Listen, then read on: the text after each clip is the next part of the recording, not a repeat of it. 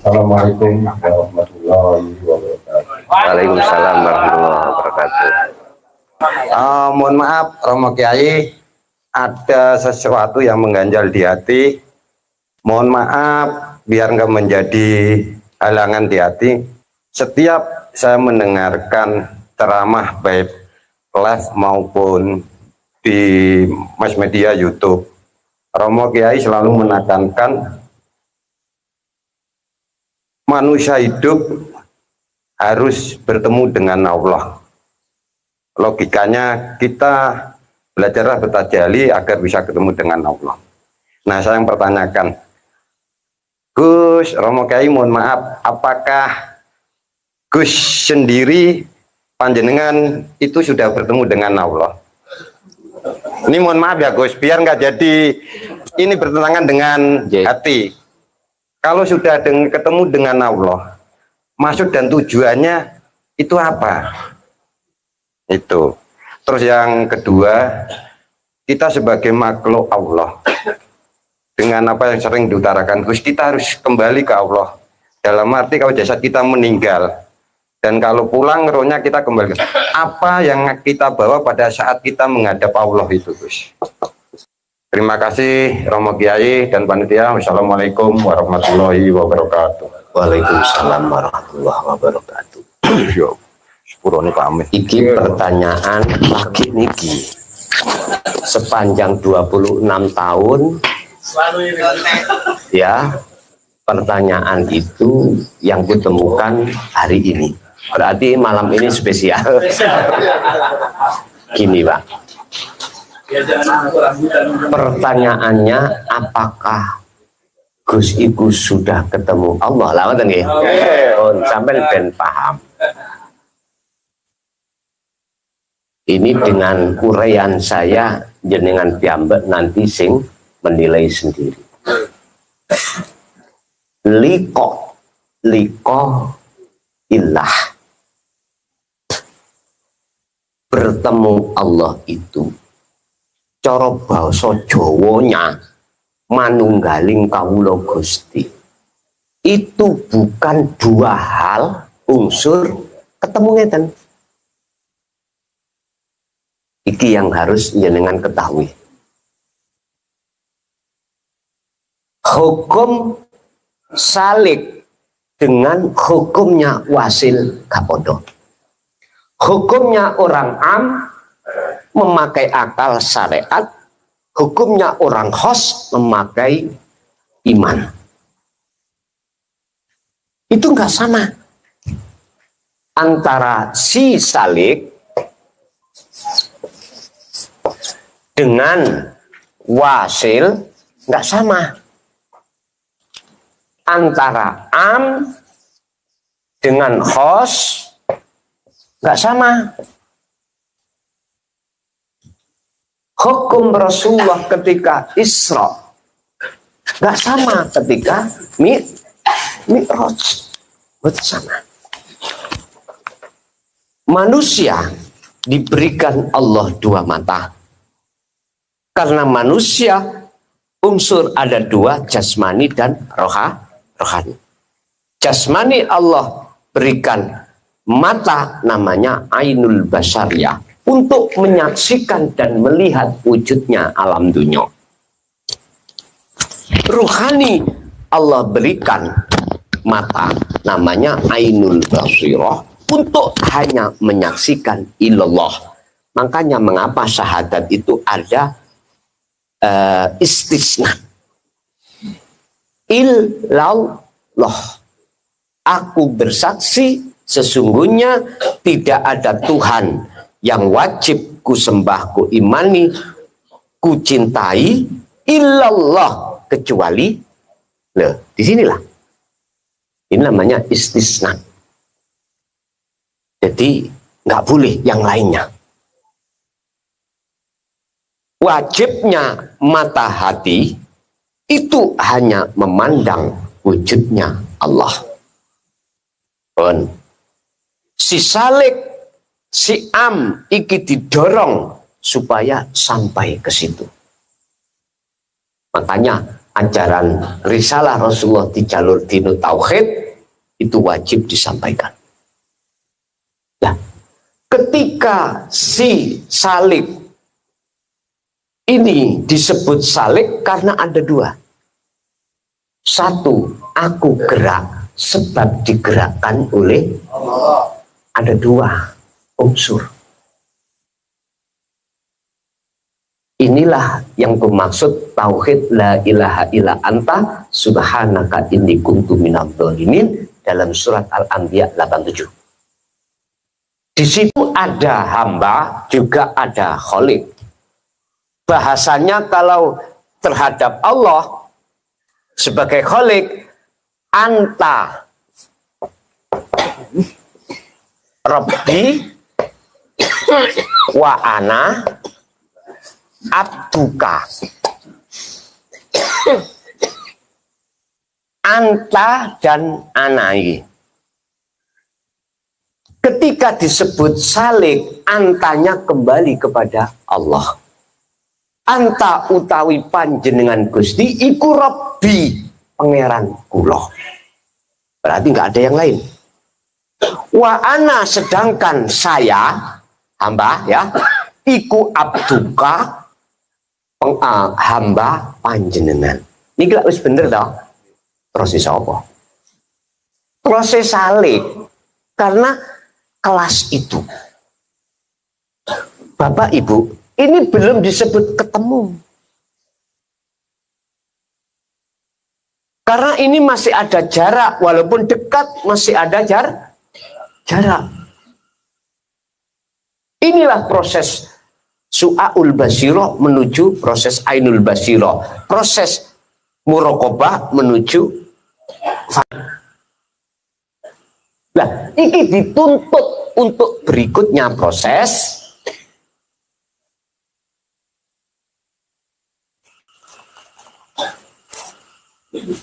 prosesnya apa? Antara Rabbi ana abduka iku ora ono fana semuanya. Jadilah ana kembali terhadap Allah. Innani, sesungguhnya saya, ana yo saya, iku Allahu Allah. La ilaha illa ana, tidak ada Tuhan kecuali aku. Oleh sebab itu fa'budni, sembahlah aku. Wa aqimis sholah, tegakkanlah sholat lidzikri, semata untuk mengingatku. Allah wis gak ono. Nama Allah sudah tidak ada. Nama hamba yang nggak ada. Rabbi abduka sudah nggak ada. Ketika saat jenengan iku sudah di zona ini, maka itu sudah dikatakan bertemu. Ahad. Apa yang ku sampaikan tadi ilmu ya, teori, cuman teori. Nah, untuk menyatakan, membuktikan teori itu betul-betul dikatakan ahad, itu tadi. Jangan tak ajak praktek didik wau. Tondoni wong sing betul-betul dikatakan sudah sampai pada Allah, gak pernah wong iku ngaku. Justru wong iku nek ngaku ya ora. Aku Allah.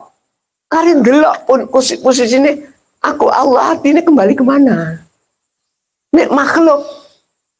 Bagaimana surat Al-Anbiya berbicara tentang masalah aku Allah 29? Musyrik. Tak boleh. Dan itu loh Pak, nanti kebenaran aku Allah muncul dengan otomatis. Setelah Allah membersihkan antara Rabbi wa ana abduka, itu sudah dihabiskan Allah dengan sendirinya muncul. Nggak diuncul-unculnya, muncul dewe otomatis ini. Otomatis. Jadi kalau pertanyaan apakah jenengan iku Gus sudah ketemu Allah dereng, tak jawab cara belak-belakan. Yoga. Oh, dia nak ceritani menungso iso ketemu Gusti Allah. Cara logika ngeten. Ngeten ya. Kita makhluk asalnya kan tidak ada. Sepakat nggih? Asal muasal. Lah adanya sebab diadakan oleh yang ada. Lah ketika kita merasa ada, maka disitulah penghalang kita kepada siapa sebenarnya yang ada. Lah terus biar jenengan gak mumet, biar ngerti sejatinya yang ada, kembalilah asal kita tidak ada. Ketika Anda sudah kembali kepada asal, yaitu tidak ada, disitulah Anda akan tahu yang ada sebetulnya siapa, dohir batin. Cepat toh? Lah, kalau pertanyaan itu mengarahkan individu terhadap kami, Pak, mohon maaf, tolong dibuka di dalam makalah kitab Hikam. Gusti Allah itu akan menutupi kewaliane seseorang. Disebut kewalian itu, orang itu hatinya sudah difanakan Allah. Akan ditutup oleh Allah terhadap orang lain dengan cara Allah sendiri. Bisa jadi ditutup lewat pekerjaannya. Dia terus kerja. Sehingga sama dengan orang lain. Dia ya nikah, ya beranak pinak, nggih, kerja, iya. Pokoknya sesuai dengan hukum orang-orang syariat. Tidak seharusnya orang ini gembel, sak dalan-dalan. Kewaliannya Allah boten ngoten. Tidak harus seperti itu. Tergantung Allah nutupi. Satu, dua. Bagaimana mungkin si wali akan ngaku wali? Wong dirinya sudah tidak ada. Terus itu kalau sudah ranahnya betul-betul di makom makrifat, boten saged, Pak, diucapkan dalam sebuah kalimat. Nek diucapkan iki esih ngelmu, sik teori. Makanya mulai A sampai Z tadi itu mau teori dong sih. Praktek terhadap diri panjenengan masing-masing. Ya caranya praktek sederhana tadi lepas. Iku bisa jenengan lakoni, kita lakukan di tengah kerjaan atau di tengah aktivitas apapun bisa. Bisa. Biasanya kalau orang saya dulu, Pak, kalau bilang gini, biar sirul asor itu katakanlah kalau sudah ketemu sejati ini, kamu harus bawa nih kalau Pak, digital nih kalau. Untuk memberikan sinyal. Zaman ini kok buatan digital, Korean ini, Korean utawa opo nih dok. Makanya tak dok kebocoran, bocor Korean akhirnya. Mboten. Mboten angsa. Ini kanggo memudahkan rapopo. Atau aktivitas lain. Mboten apa-apa. Atau nyun sewu tangan sampean ngeten-ngeten terus. Terserah. Ini hanya sebagai unsur faktor menggerakkan sirul asro sampean ikut cek terus di kiri terus berjalan. Ngoten nggih. Nanti Pak, kalau sudah tidak bisa lepas, gak usah ngeten-ngeten. Sudah dengan sendirinya nanti. Paham ya? Yang kedua pertanyaannya, tujuan untuk apa kita itu menemui Allah? Menurut surat Al-Baqarah ayat 208.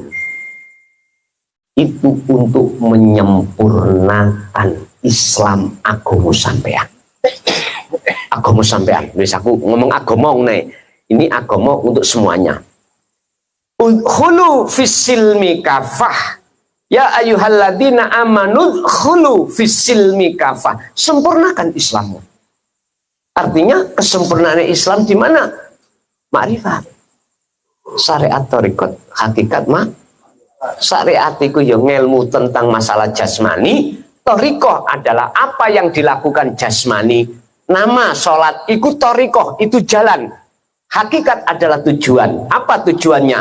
Allah menciptakan sampai kali gulo wa ma khalaqtul jinna wal insa illa dia hanya menyembah. Hanya menyembah. Dikatakan menyembah ini bertemu, Pak.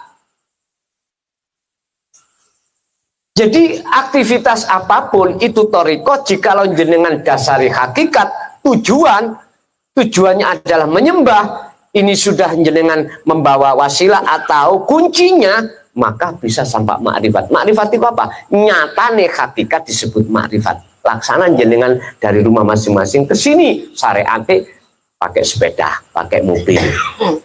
Jalannya terserah. Tujuannya ngaji. Kalau sudah sampai di sini, maka inilah nyatanya hakikat disebut makrifat. Aku bertanya, ketika saat di sini, mana mobil sampean? Mana jalan sampean? Sementara sampean parkir.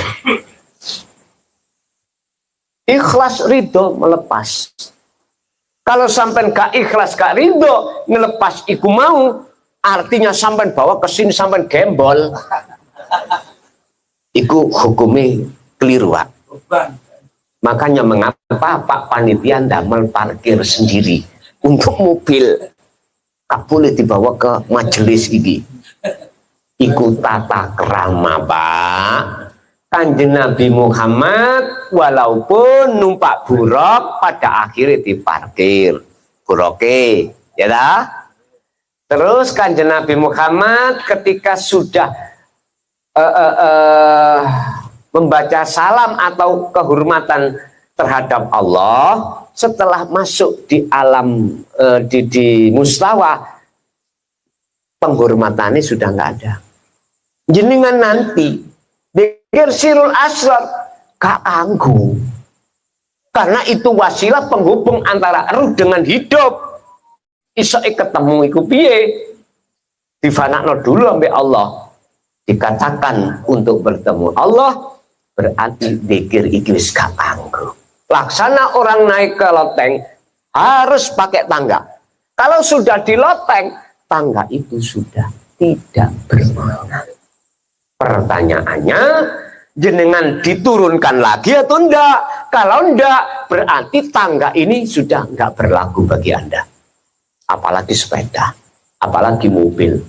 Pertanyaannya, jenengan ini tidak boleh pulang oleh Allah ke rumah masing-masing atau disuruh pulang.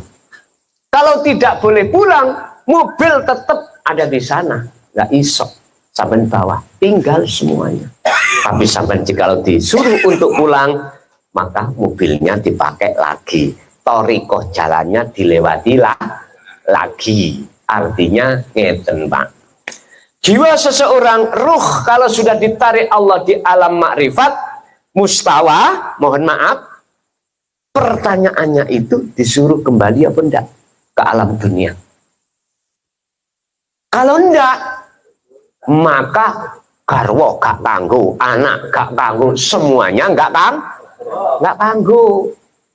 Berarti lahir batin sampai tinggalkan, itulah namanya isduet.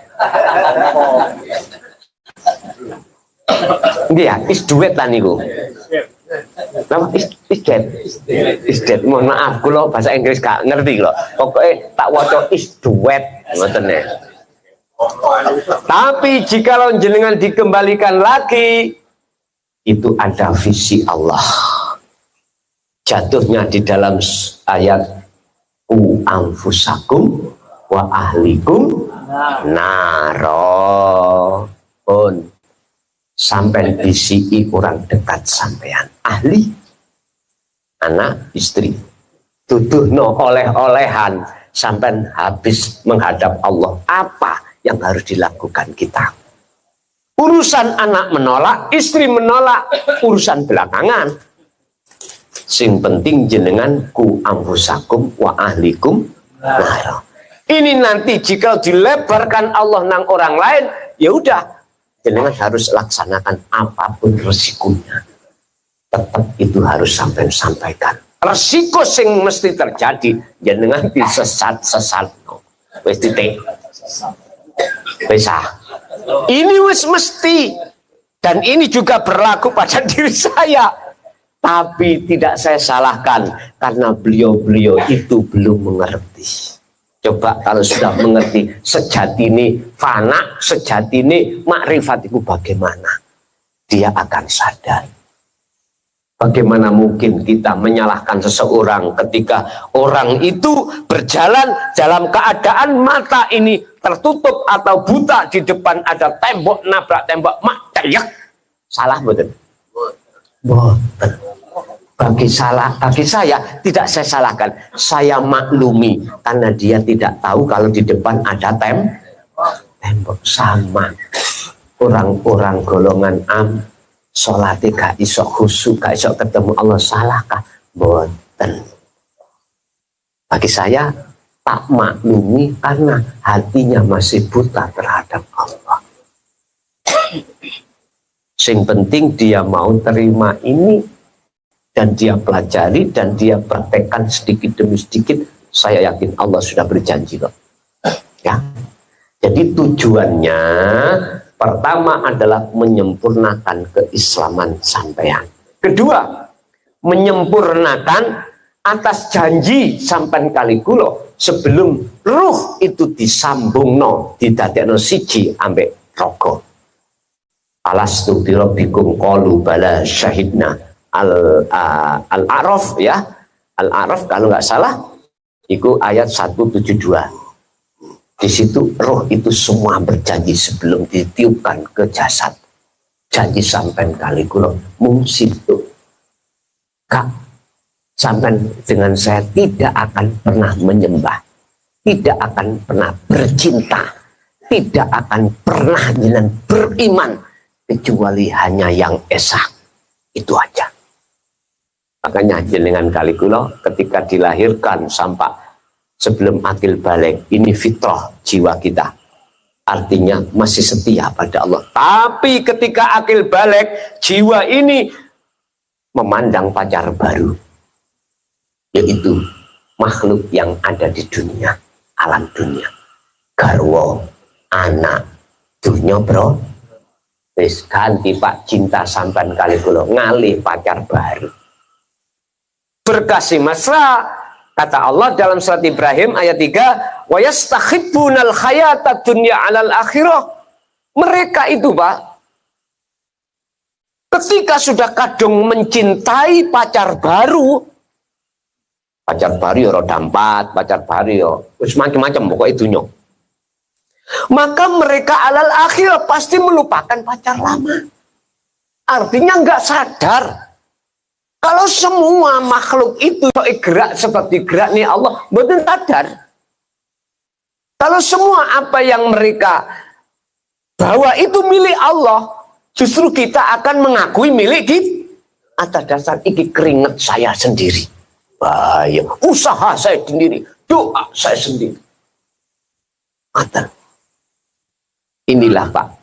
Sejarah Nabi atau Rasul satu-satunya Nabi Yunus yang mengatakan Subhanaka inni kuntu minat merasa dolim. Setingkat beliau merasa dolim.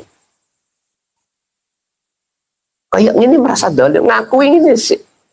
Melihat makhluk beliau sudah merasa dolim. Lawang kita tutup Nabi, tutup Rasul, bahasa syariat ya. Bahasa syariat. Mestinya itu lebih nemen oleh getuni atau oleh meratapi. Tapi mboten kebanyakan. Kebanyakan mboten. Mereka gak ngerti sejatine Gusti Allah, gak ngerti sejatine Rasul. Akhirnya ya seperti itu Bapak Ibu. Yes. Yang ketiga, tujuan apa kita itu untuk mendekat dan bertemu Allah. Nyun sewu ingkang akeh. Tujuane wong mangan iku napa? Umumnya kepingin ngilangi lapar, tekone wareg atau kenyang. Tujuan wong makan lho Pak ya. Tujuan orang makannya di situ. Bukan untuk merasakan nikmatnya nasi padang, enggak. Itu kan jatuhnya ada di mulut atau di lesan, di ilat ini, di lidah. Tapi kalau sudah masuk, nggak ada bedanya sudah. Artinya apa, Pak? Silahkan Anda memakai jalan yang mana untuk bertemu Allah. Silahkan. Gak usah gontok-gontokan. Gak usah saling menyalahkan. Lewat thariqah mana? Monggo. Sing penting tujuan sampai iku bisa tertuju.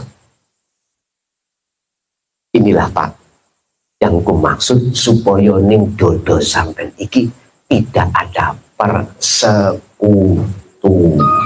Titik. Lanjut. Silakan dari ibu-ibu.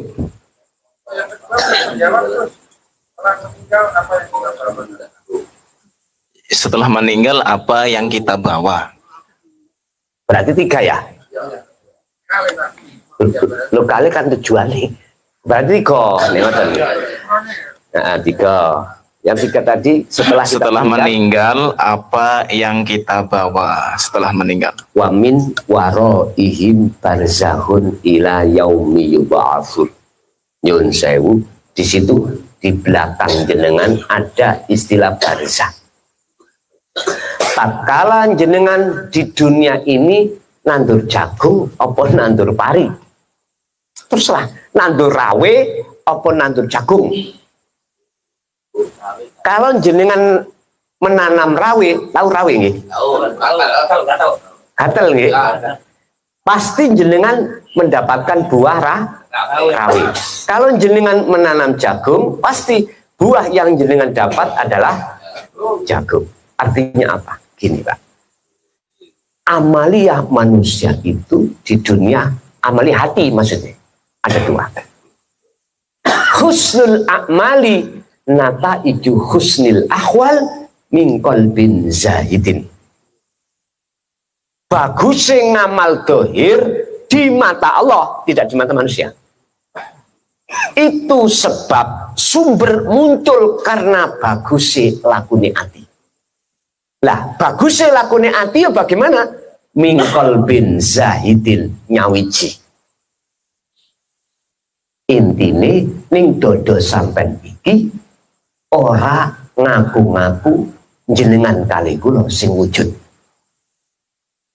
Berarti laku apapun itu ke buku laku husnul amal, yaitu bagus di mata Allah. Sekalipun amaliyah jasad ini menurut pandangan orang lain hanyalah memberikan makan seekor lalat. Lah gak ternilai loh Pak. Gak ternilai. Di mata manusia si apik sholat, si apik sedekah, lah ngoten toh. Jadi ada lalat minum kopi saya diem. Saya biarkan. Gak malah saya tutup. Jari hadis. Ini ono laler mencolok nanggoni ngombe mudalepno pisan. Ya klagep-klagep Pak. Yang alasannya katanya lari laler siji sing kiwa iku penyakit, sing tengen iku obat. Delepno. Terus kula takok, mboten diunyek pisan mawon. Nyun sewu, saya tidak kerana di sini. Gini, ranahnya Imam Ghazali itu memandang wujudnya Allah di dalam diri seorang lalat. Itu. Inilah mingkol bin zahidin. Hati yang memandang, menyaksikan wujudnya Allah. Tanda-tandanya apa? Hati seseorang itu sudah tidak ada wujud dirinya. Makanya nggak ngaku. Amalia walaupun kelihatan sedikit seperti ini Pak, lebih besar dan berbobot di mata Allah daripada amalia orang-orang secara jasmaniah su'ul ahwal min qalbin su'ul ahwali, su'ul a'mali min qalbin rohibin. Nata iju min su'il ahwal min qalbin rohibin. Di mata Allah dikatakan jelek laku dohir sampai kali kula niki Pak, manakala munculnya dari hati yang rohib. Rohib itu apa? Condong terhadap selain Allah.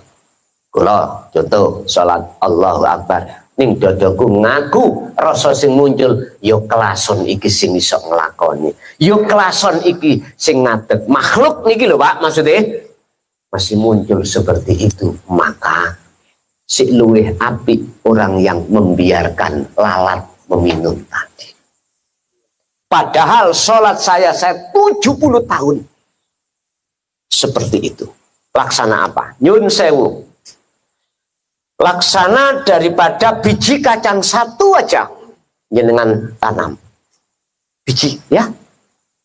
Pasti dia akan membuahkan berlipat ganda. Lebih baik satu biji daripada kulitnya sak truk, sak gudang sampai tanam. Cukup badan. Ya udah. Berarti apa yang dibawa seseorang setelah meninggal sesuai dengan amaliyahnya ketika saat di dunia di mata Tuhannya. Dan di mata menungso wis nomor loro. Nomor loro yang sampai penting no, bagaimana di mata Tuhan. Itu yang terpenting. Sehingga mengapa W.R. Supratman mengatakan bangunlah jiwanya dulu. Setelah itu bangunlah badannya. Quran ya mengatakan wabtaghi fima ataqallah darul akhirah lalu walatan sana sibaka minatun. Nomor loro. Tapi fakta di dunia saya melihat kebalik. Hatta zurtumul makobir, kebanyakan sampai mati belum sempat hati menjadi hati min qalbin zahid. Hati belum sempat menjadi hati yang sebagai kekasih Allah, malah memusuhi Allah. Berkata Bapak Ibu hadirin rahimakumullah, itulah apa yang sudah Allah berikan terhadap kita. Semoga menjadi ilmu yang manfaat barokah di dunia dan akhirat. Teruskan anak kita ila yaumil qiyamah. Lahumul Fatihah.